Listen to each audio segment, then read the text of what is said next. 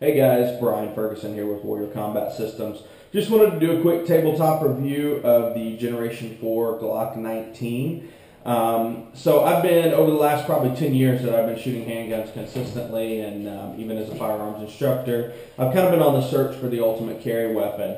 And I passed over the Glocks initially when I first started really running firearms hard, just simply because I thought there was too much hype in them. I just didn't really understand when I felt it. It felt like a brick, and I didn't really like it, and I just didn't really get it. So I went through everything. I owned a Kimber 1911. I owned a Smith & Wesson M&P 9mm and 45, as well as the M&P Compact.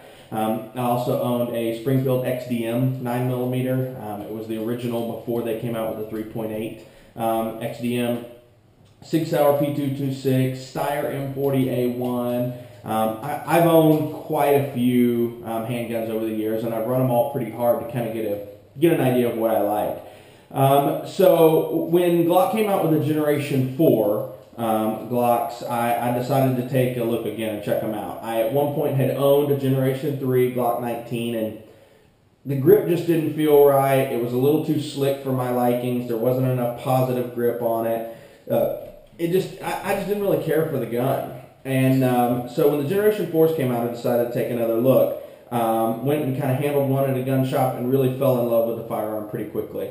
It to me kind of represented the ultimate in a combat weapon. So what I'm going to do is I'm actually going to show you guys, this is actually my personal Glock 19. So this is my personal carry weapon. This is a Generation 4 Glock 19. And you can see on my weapon here, I've got a Surefire X300 light on the front end, which I carry on this gun all of the time. I've got custom stippling on the grip. And of course, the Glock 19 comes with 3 15-round magazines from the factory, whereas the old ones came with 2 15-round magazines from the factory.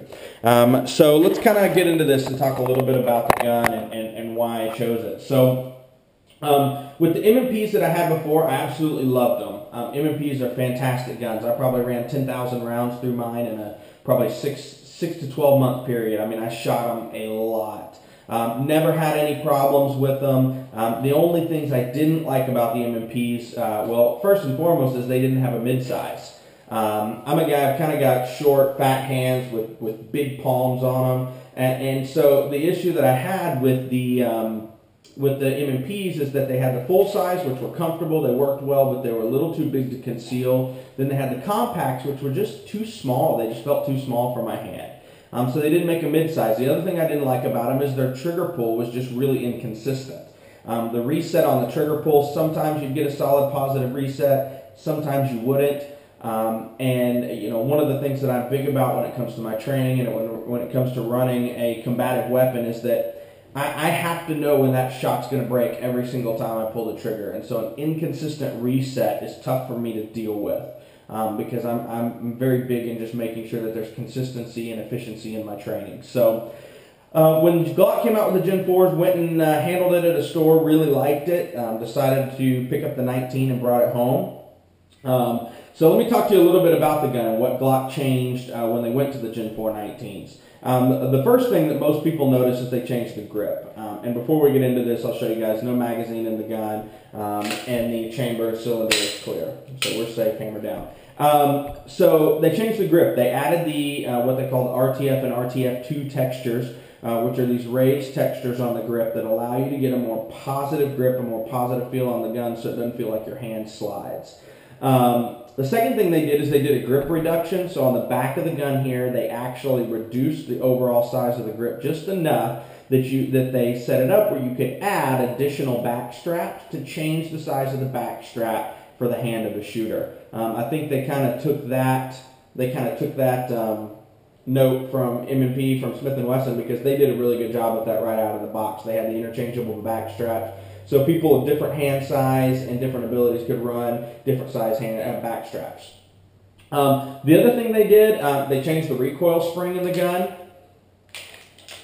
And the reason that they did that is they went from the single guide rod style recoil spring to a what they call captive recoil springs, which there's actually 3 separate springs of different tensions on the guide rod now. And they did that to reduce overall felt recoil. So essentially it is a stiffer spring than the ones that were in the Gen 3s. And so when they first came out with the gun, there was a lot of people having a lot of problems with the Gen 4 Glocks, which was really unique because Glock's always been known for having highly reliable, highly effective, ready-to-roll handguns right out of the box. And what they were having was ejection problems. So the rounds would come out of the gun very inconsistently. Sometimes the spent casings would come back and hit you in the face. Sometimes you'd have a nice arc out of the gun. Sometimes it would barely dribble out of the gun, causing stovepipes, failure to eject malfunctions, and just overall being very inconsistent and unreliable. So Glock set out to fix the problem. What they did is they released 3 different versions. Well, the original plus 3, so really 4 different versions of the recoil spring. What they were thinking is they were thinking that the original recoil spring was too strong, so the slide was not cycling back fast enough and hitting the rear of the frame hard enough. So what their fear was because it wasn't hitting hard enough, it wasn't kicking the shell out correctly. So they went with a lighter one, and then a lighter one, and then a lighter one, and it turned out people were still having the exact same problems. So what they actually figured it out finally, and what it wound up being is the ejector, which hopefully you guys can see it here on the video, but the ejector is this little guy right here. And this is what the spent casing slams up against when the slide hits the back of the frame and kicks it out of the shell, kicks it out of the ejection port. So on the old one, the angle was just set wrong. So when the slide would come flying out of the ejection port, it wasn't actually coming out and flying clear of the ejection port and arcing out in a nice arc. It was actually slamming into the side of the ejection port here. And I actually confirmed that. I went and looked back through my box that I got when I bought the gun, and my spent test fire casings from the factory were actually dented in on the side. You could see where when the extractor grabbed it, pulled it out of the cylinder, and then it slammed into the ejector, it was slamming it into the side of the ejection port here and bending the actual casing itself. So they fixed it. They changed the angle of the ejector, and now the ejection is very consistent. It doesn't hit me in the face anymore. Comes out in a good arc. I haven't had a single failure to eject malfunction since I got that in there. Got that part put in there. And Glock took care of the whole thing. Sent me the parts for free. They actually paid for a Glock armor to get it put in for me, so I didn't have to do it. And so it was very, very well done. I was very impressed with their customer service on the matter. So I've been very impressed with the weapon since then. They fixed the problem, and I absolutely love this weapon. I really kind of settled on the Glock 19 as my primary carry weapon. It's the only thing I carry these days. And I just think it's all around a great weapon choice for anybody, for new shooters and experienced shooters alike.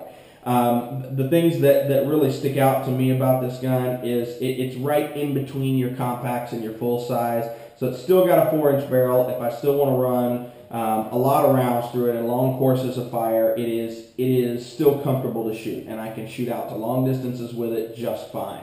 So it really is just kind of all around a great weapon. The only modifications I've done to it, I stippled the grip right here. You should be able to see where I stippled that. And that's mainly because I run a very aggressive, very forward grip on the gun that helps me maintain recoil control really well and not get a whole lot of muzzle flip.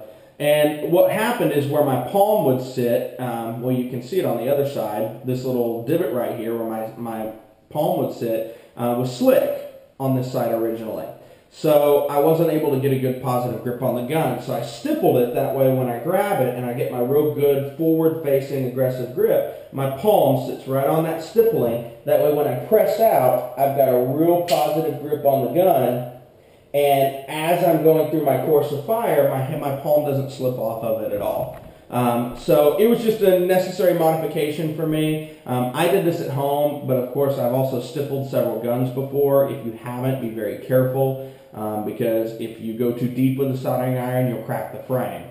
And then your only option is to buy a new frame. So if you go about doing that, either have somebody professionally do it at your local gun shop or just be very, very cautious with it. So anyway, so that's my review of the Gen 4 Glock 19. Since I've got this, I've gotten rid of my MMPs. I actually now own a Gen 4 Glock 17, which I run for my competition gun. Just has a little longer barrel, a little longer grip, so it's a little more comfortable, and a little higher magazine capacity. So if you guys have any questions or comments, feel free to send them to me, post below. I'll be happy to answer any questions.